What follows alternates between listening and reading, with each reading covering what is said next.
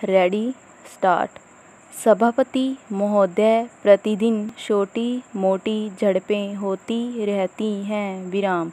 हमारी फौजें बड़े उत्साह से उनके मुकाबले में खड़ी हैं। उनके हौसले बहुत ऊंचे हैं विराम। लेकिन हमारी सरकार का भी यह कर्तव्य है कि उनके हौसले को कभी गिरने न दें विराम।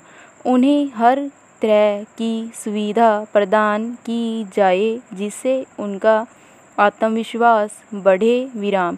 मैं मंत्री महोदय से अनुरोध करूंगा कि सरकार अपनी नीतियों के प्रचार का काम ठीक प्रकार से अपनी फौजों से करें, उनको अच्छे हथियार दे विराम।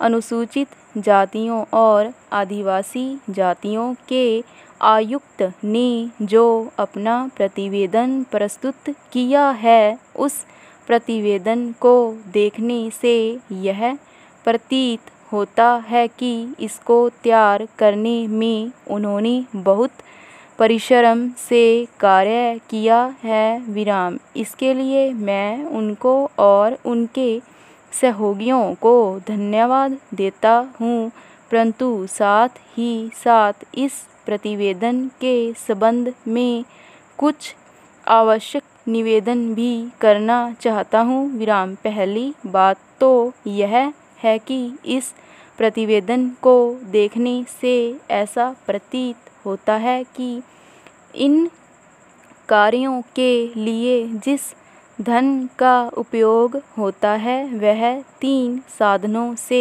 उपलब्ध होता है। केंद्र सरकार द्वारा, राज्य सरकारों द्वारा और कुछ गैर सरकारी संस्थाओं द्वारा विराम। प्रतिवेदन के अनुसार जितना धन इन कार्यों पर व्यय करने के लिए दिया जाता है, उतना धन पूरी तरह से व्यय नहीं हो पाता विराम।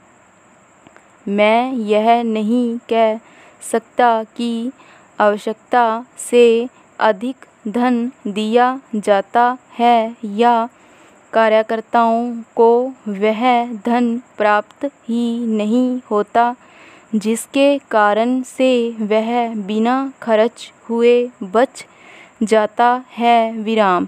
मैं तो यह चाहता हूँ कि जितना धन दिया जाता है उसका पूरा उपयोग हो और आयुक्त को यह न कहना पड़े कि इस कार्य के लिए जितने धन की आवश्यकता थी उतना धन नहीं मिल पाया और विवश होकर हमको उस कार्य को बीच में ही रोकना पड़ा विराम। पहरा, जहाँ तक राज्य सरकारों का संबंध है, बहुत सी राज्य सरकारें अभी तक इस कार्य में असावधानी से काम ले रही हैं और इस कार्य को उपेक्षा की दृष्टि से देखती हैं विराम। आयुक्त ने इस बात की शिकायत